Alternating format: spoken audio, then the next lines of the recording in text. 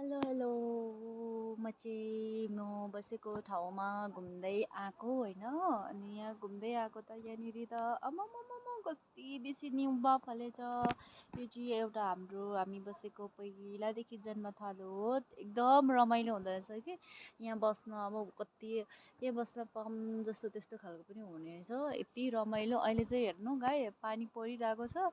अन्तदेखि हाम्रो जग्गा चाहिँ यति बेसी छ अनि आमाले चाहिँ अरूलाई कमाउनु दिनुभएको नि त।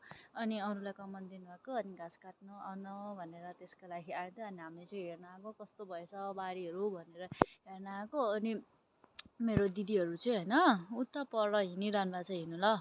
अनि मेरो दिदीहरू चाहिँ होइन अनि पर जानुभएको थियो हेर्न यहाँ आउनु भएको छैन उता पर हुनुहुन्छ आउँदै हुनुहुन्छ।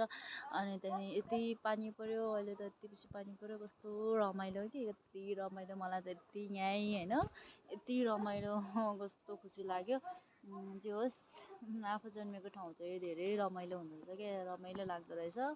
यति बेसी माया लाग्दो रहेछ हेर्नु न यहाँ कति तल आउँदैछ आमाहरू हिँड्दै आउँदै हुनुहुन्छ कति रमाइलो के हेर्नु न हौ। गाउँ भनेको गाउँ नै हो कि जो तल आउँदैछ दिदीहरू। अनि म चाहिँ पानी परिरहेछ छाता ओढेर हेरिरहेको छु।